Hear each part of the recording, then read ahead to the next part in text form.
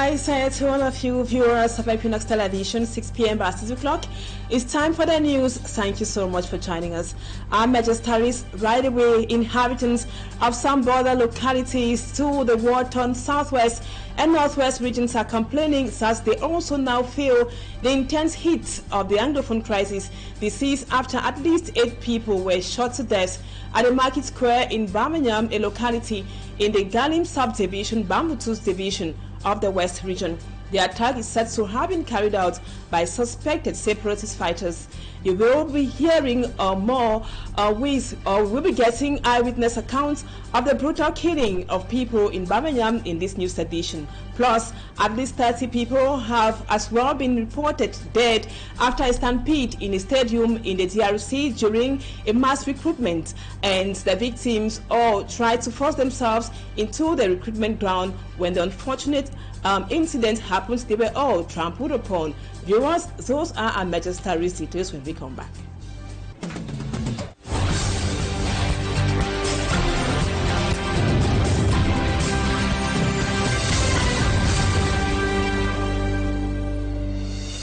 Welcome back, viewers. Thank you so much for your confidence. We begin this edition of the news with a follow-up of what happened in Birmingham. That was yesterday, where at least 8 persons died. Victims of the Birmingham village armed attack say security officials failed to intervene promptly to save the village from the attack that left 9 people dead in their village. Recounting their ordeal, the victims say they informed security officials of the warning messages and threats of an eventual attack in their village prior to the incident. The attack also left an enormous material damage in that area. For me, Armstrong Sander tells us more. The November 21st attack in Birmingham village, Galim subdivision, wasn't a total surprise to local villagers. It came on the heels of warning messages and threats of an imminent attack from armed Anglophone separatist fighters, according to this village elder, whom we nicknamed as Papa Nukbersi. Nous étions quittés ici dans la soirée, ayant déjà compris qu'ils ont promis qu'ils vont venir attaquer ici au marché. He says they had to close their businesses earlier than normal on the eve of the attack out of fear. He further reveals that the Birmingham Village Vigilante Group informed security officials of the planned attack in Birmingham and re-echoed their plight on the eve of the attack to no avail. Les agences de sécurité sont montées là-bas 2 fois pour les faire savoir que les gens là sont déjà prêts. Jusque-là, on n'a rien vu. Taking advantage of the security lapses in Birmingham, the heavily armed individuals on board motorcycles stormed the village on the village market day at about 7 a.m., burning and shooting. 9 persons were killed on the spot, several others wounded, and many more abducted, including children, according to local sources.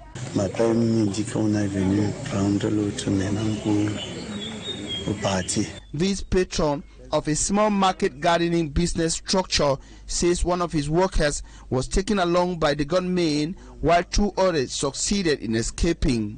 2 millions de francs pour les relâcher. He further reveals that the kidnappers called him several hours later demanding for ransom. They, according to him, asked million francs CFA ransom to ensure the release of his worker. Like his worker, several other persons abducted from Birmingham village are still in the hands of their kidnappers. While on the field of the incident, administrative officials of Galim subdivision and the Bambutus called for calm, promising to track down the perpetrators. They also called on the local population to maximize collaboration with the defense and security officials. We will be coming back to that. That will be in the second part of the news. Meantime, about 2,000 commandos, including Presidential Guards, Rapid Intervention Battalion, and state-registered nurses took part in an exercise launched by the states to recruit young people into the military. The candidates from the southwest and littoral regions on Saturday, November 18, began their preliminary tests, which will permit them to get to the next stage. The exercise, which started on October 21, will run up to December 2. Mala Glory with the details.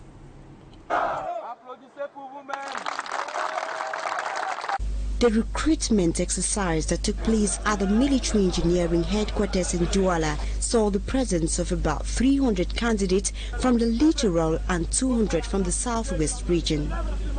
The exercise started by getting the candidates registered, followed by a preliminary medical checkup, and only those whose results were good were selected for a race at Japoma Sport Complex. You will be added a second bracelet for those who will be received.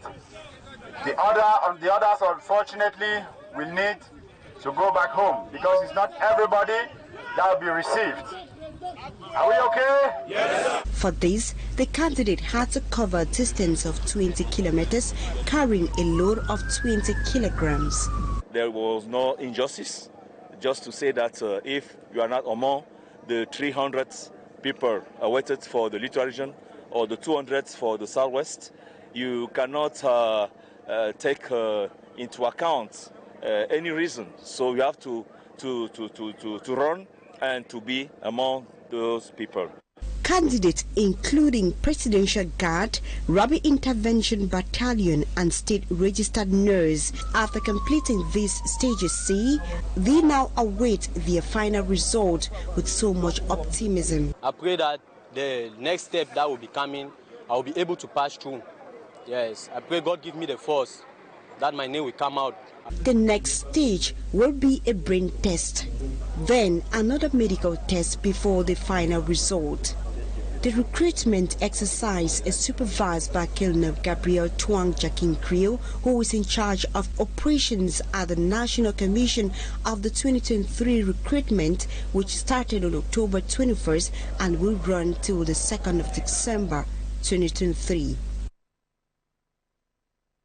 And now in health, let's now talk about some drugs or medications which have been prohibited or banned in France and other European countries, but still in circulation and consumption in Cameroon, while health officials in France, in an outing on October 24, 2023, warned against the consumption of certain cold and flu tablets which are dangerous to the health. These drugs can still be seen in most pharmacies visited in the city of Douala by our reporters. The silence of health officials in Cameroon is a great concern to the consumers who wonder why these drugs are still being imported. Lucy Liengu Esie tells us more.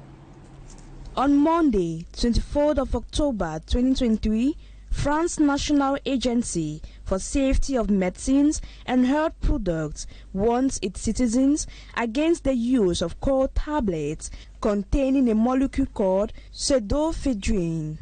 These include tablets such as Antifed, Dolihum, Nurofinrum, Humex, Rhinadvil, Fevex, and other traditional winter drugs. These tablets for cold and flu, according to France National Agency for Safety of Medicines, are dangerous to the health with side effects such as stroke, heart attack, fatigue, headache, diarrhea. L'utilisation de façon à protéger la population des risques de ces produits. But these medications are still being put up for sale in most pharmacies visited in the city of Douala. Alphonse Ayisi Abena, president of Consumer Association, thinks it is high time health officials reassure Cameroonians of the quality of these drugs, which can still be seen in most pharmacies. Parce que, selon cette alerte, plusieurs cas d'AVC ont été enregistrés, plusieurs cas notamment de crise cardiaque ont été enregistrés et il faut protéger. He says 85% of medications are being imported. Thus, it is necessary for the Ministry of Health to protect its citizens by ensuring that these medications are tested. Donc, il est urgent de rassurer le patient camerounais, il est urgent de tenir une communication. Meantime, Cameroonians are expecting reactions from the government on whether or not these cold tablets are safe for consumption. Now let's talk about climate change. November normally should be in the dry season. It is the dry season, yet rainfall is still witnessed or experienced in most parts of Cameroon, with questions hanging. According to experts, especially meteorologists, this recurrent phenomenon is caused by human and physical factors. It has adversely impacted agriculture, as farmers are now very much disorientated. Innocent Azes spoke with a meteorologist. He tells us more in the report which comes up next. Meteorologists say November 11 is usually the official start date of the dry season. For several years now, heavy rainfalls have been recorded even in December, baffling to many. Lors de la période transitoire, during the transitional period, we often have what I would term stubborn rainfall because the rainy season is over. Such a phenomenon has been on for the past 5 years now and continues this year. Another reason explaining this situation is global warming, which affects the intensity and frequency of precipitation. Warmer oceans increase the amount of water that evaporates into the atmosphere. When more moisture-laden air moves over land or converges into a storm system, it can produce more intense precipitation, like heavier rains. La forêt régule le climat. High deforestation and other human activities increase evaporation rates, resulting to condensation in the atmosphere and eventual rainfall, which as a result prolongs. Elle ne participe plus donc à la régulation du climat. Effects of this phenomenon on agriculture cannot be minimized. Cette situation désoriente les agriculteurs. The impact is huge, adversely affecting Cameroon being an agricultural nation. When rain keeps falling during the dry season period, it disorientates farmers to plant in the wrong month. This often results to poor yields, causing scarcity of outputs in the market. Thus, high prices levied on the scarce commodities, reducing standards of living of households. Et cela affecte le consommateur. The meteorological expert advises farmers to study the planet, understand it better, and to familiarize themselves with meteorological updates published in order to be on the safe side. And now we take you out of our national frontiers. Israel has confirmed a 4-day pause in fighting and release of hostages in exchange of over 50 Israelis held captive in Hamas. This is seen by world leaders, political analysts and observers as a significant progress in the peace process, as Babila Jonathan tells us in this report. Under the agreement, 50 Israeli hostages taken by Hamas will be released and 150 Palestinian women and teenagers held in Israeli jails freed. Many leaders around the globe have been calling for a pause in the fighting between Israel and Hamas in recent weeks. It's more than a welcome relief that 50 men and women will be released between tomorrow and, for how long we don't know. They said 4 days, and again there are other filtering stories from Intercept that Israel is also considering the fact that they would be extending this ceasefire in a piecemeal fashion, like let's say a day. After that, if the Hamas decides to release at least 10 more hostages after every pause. So again, this is a welcome relief. We should all applaud the effort of the Qatari government, the government of the United States, of course, Hamas and Israel. Families of those held in Gaza have said every captive needs to come home and that each hour is critical. There are hopes that this could be the beginning of an end to the Israeli-Hamas war. Hopefully this leads to a permanent ceasefire that might see peace return in the Holy Land and see the Palestinians live side by side with the Israelis as human brothers. Because, I was listening to a program today where the Pope was, after meeting a Jewish and a Muslim family, saying that it has, morphed from a war into terrorism. That's not what you wanted this conflict in the Middle East to be given that appendage. Meantime, Israel's government insists that this isn't the end of the war, reiterating its commitment to completely eliminate Hamas. Israel began attacking Gaza after Hamas fighters crossed the border on the 7th of October 2023. killing 1,200 people and taking about 240 others hostage. Gaza's Hamas-run health ministry says more than 14,000 people, including more than 5,000 children, have been killed in Israel's campaign. And still foreign news in the DRC. On in Congo-Brazzaville, a rush to get through a stadium gate for an army recruitment has left at least 31 people dead. All of them were trampled upon, unfortunately. And in Chad, Succès Masra has met with General Idriss Déby on his return to his country after being on exile for several years. Let's now have more with Cedric Chakutu. The position in the military leaves 31 people dead in the Congo-Brazzaville's capital, Kinshasa. The victims were among several thousands of youth rushing through the gates of the stadium for the recruitment of 1,500 individuals into the army. Based on the information made available to the crisis unit, the death toll has been revised and detailed as follows. Number of deaths, 31. That is 29 bodies identified and 2 bodies in the process of being identified. A joint administrative inquiry involving the police and the Congolese armed forces has been opened to determine the causes of the tragedy, and its conclusions will be published in the next few days. Several videos on social media appear to show dozens of bodies in the city mortuaries, and others showed injured people being admitted to hospitals in Brazzaville. The army said in a statement read on national television that a recruiting drive had been indefinitely suspended.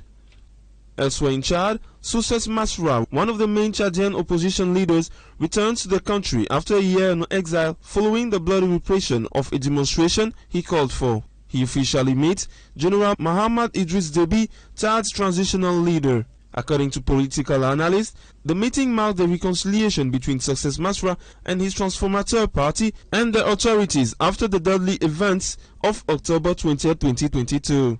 After this meeting in N'Djamena, Succès Masra plans to soon go to the province, to Mundu and Abaché. And in Burkina Faso, former Côte d'Ivoire Prime Minister Guillaume Soro visited Ouagadougou.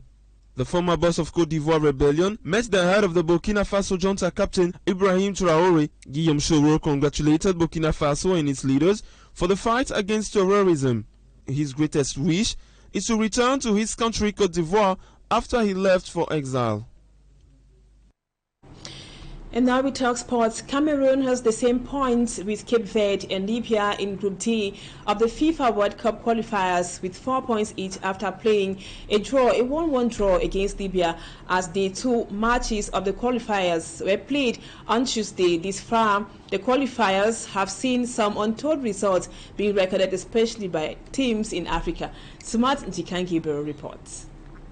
From the penalty spot by Olivier Ncham enabled Cameroon to play a 1-1 draw with host Libya in match day 2 of the FIFA World Cup qualifiers at the Matthias International Stadium in Benghazi on Tuesday night. The draw, however, still maintains the indomitable Lions top of Group D with 4 points because of their better goal difference with Cape Verde and Libya, who all count 4 points respectively. If Cameroon might be living up to expectations for now, it is not the case with some big names in African football. Rwanda, ranked 140 in the world, shocked everyone as they hit 64th world best football team, the Bafana Bafanas of South Africa, 2-0. Another surprising score of the day was in Moroni, where the 128th world ranked team, the Comoros, knocked down an elephant in African football, the Black Stars of Ghana, 1-0. The victory of Comoros puts them top of their group with 6 points above Ghana. The goalless draw between the 119th ranked team Togo against the 20th ranked team in the world and second best in Africa Senegal was also an eye-catching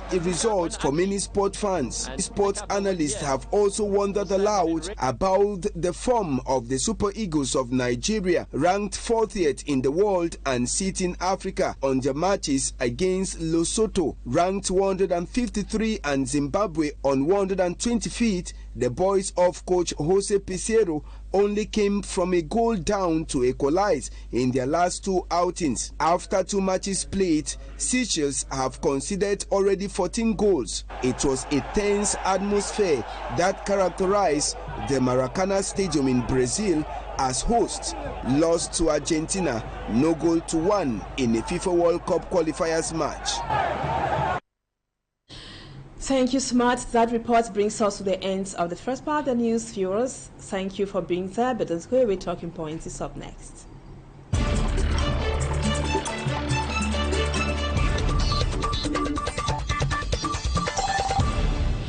Welcome back, viewers. Our guest tonight is Fabrice Léonard. He is a political actor and he is also the Secretary General of the Popular Action Party, the PAP. Fabrice, thank you so much for accepting to be our guest on Talking Point tonight. We are coming back to what happened in Bingham in the Bambutus division of the West region. 8 persons were killed by suspected separatist fighters, and it is happening at a time we were thinking that everything was under control in the northwest and southwest regions. There are also some opinions think that the war in the English-speaking region seems to be escalating to other border localities, with the especially border towns with the northwest and southwest regions. We were thinking everything is under control, Fabrice, but the war seems to be extending and escalating. Are you of that same opinion?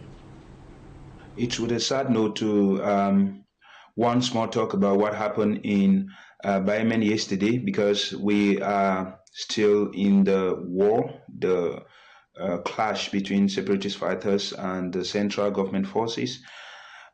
This is a reminder once more that there is a problem, there is an unsolved problem existing in Cameroon, and also a reminder to let the world understand that in the situation of chaos, there are always the claims of unidentified people or suspect, mutual suspicion of who is responsible for doing what until an independent declaration of a fact-finding mission or an independent organization. The Popular Action Party that I represent as the Secretary General, first of all, condemned the atrocious killing of citizens, unarmed citizens in Bingham, in the West region locality, the border town to the Northwest region. And I can say that this is as a result of the inability once more of the government in power to be unable to solve the root cause of the Anglophone problem, to be unable to deal with the problem that is affecting the people of the English-speaking regions, to be unable to accept and heed to sincere dialogues, to be unable to say that there is a ceasefire and they will, of course, release those that are held in the different prisons of Cameroon. There is still that responsibility that befalls on the government, because they are the one that is responsible for protecting the citizens. And of course, many have said that eyewitnesses from this locality have said that there were even hints of potential attack to the security network or security officers in this locality, but nothing was adequately done to protect these people or to make sure that this is averted. It comes again to confirm that there is inability or unwillingness or incompetence or lack of the will, political will, by the politicians in power and in collaboration, or those who give instructions to the security officers to solve the root cause of the problem that is costing a lot of human lives every time. We stand to say we condemn this, and we are not in support of any form of human killings of innocent civilians all the time. It's barbaric and unacceptable, irrespective of the perpetrators. Fabrice, most fingers are pointing at separatist fighters because the people were shot at close range, like what has been happening in the northwest and the southwest regions. The fighters themselves have not yet claimed any attack. Besides, it didn't happen in their war zone, so to speak. Why do you think separatist fighters are most often principal suspects whenever there is an attack in any locality close to the northwest or southwest regions? Most often when there are attacks, there is always fingers pointing to the separatist fighters, and this is mostly by maybe those around, or the government, or individuals, or eyewitnesses. And this is because, yeah, of course, they are not a structured group. They are not wearing an identified uniform. They are not having an identified office. They are dispersed. And in this case, it's just easy as to say, yeah, they are responsible. But we stand to say that the question should not be who is responsible or who is not responsible. In war, there's always mutual distrust, fear, and suspicion. This happens everywhere around the world. This is what we see every day. Our principal concern is the preciousness of these lives and the injustice that is still existing, the problems that are still existing that emanated and escalated the crisis to the extent of a war, which is still under the people, the eye watch of the people in power that has said they can't be able to save and preserve lives by solving the root cause of the problems pending.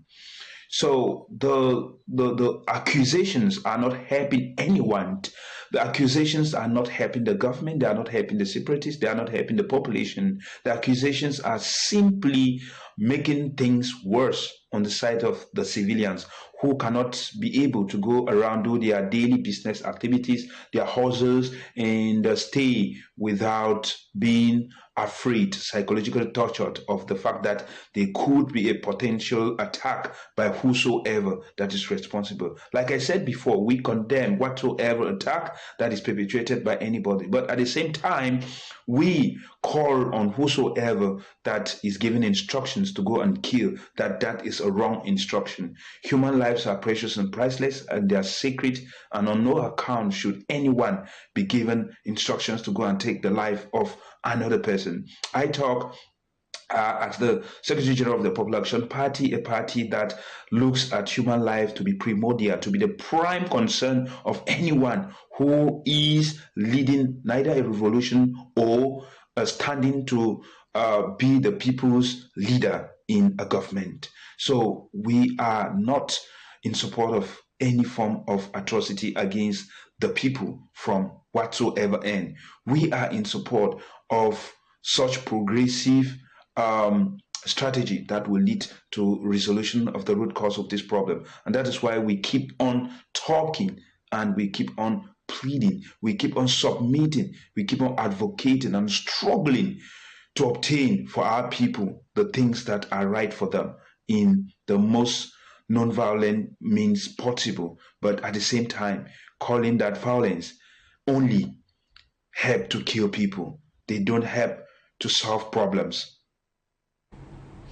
And now, Fabrice, before we go, we know that eyewitnesses or eyewitness accounts, plus also the inhabitants of Birmingham, where the attack took place, complained that they alerted security forces of an imminent attack, but no adequate, or let's say, no serious measures, security measures were taken to counter or prevent what happened.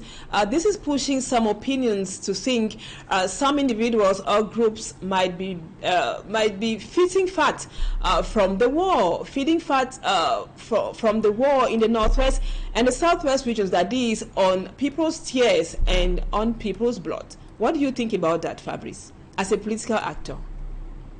It's not a new news that there are a lot of people that are benefiting from this war, this crisis. A lot of people are really benefiting, and these are the people that it should be the responsibility of our strong security.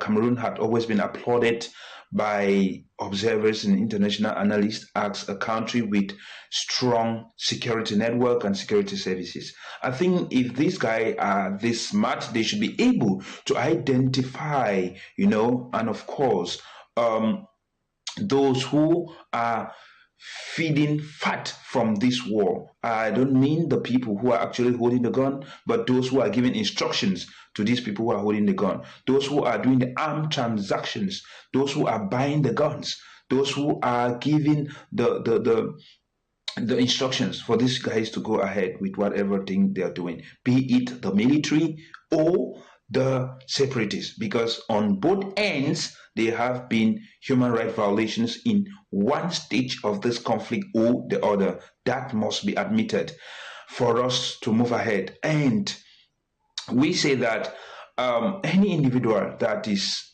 gloating from the blood of innocent people, from those who are dying, should think twice, because for as we live, we shall only reap what we sow. And of course, the time for evil and bloodshed do not last forever. There will always be a time for truth, justice, and reconciliation, where matters will be on the table and responsibilities will be shared and sanctions will be accordingly. So of course, people should be conscious of these things and should know that there is always a tomorrow, and crimes committed in a short run have long-term effects and consequences. So we still call that human lives are precious and priceless, and people around the conflict areas, in the neighboring towns, in the conflict zones should be cautious, should take precautions, and should understand that we are approaching another political season that will be tensed, 2024-2025, with the numerous elections that are scheduled for this period. And of course, civilians should play the role that will permit them to preserve lives, mitigate violence, and look forward to putting new people into leadership. People who have the people at heart, people who care, and people who can drive a vision. Cameroon lacks a visionary leader, and that's of course what is most needed for this country to move ahead. Thank you, Fabrice Lena, for accepting to be our guest on Talking Point tonight. Just to mention again that you're the Secretary General of the Popular Actions Party, and you have been talking to us from Berlin in Germany. Thank you again, and hope to have you some other time. Viewers, thank you so much for always being there. Don't go away, our programs continue. The news in the French language is at 8 p.m. and Equinoxe War comes up at 7 p.m. Stay with us on Equinoxe Television. Bye-bye for now.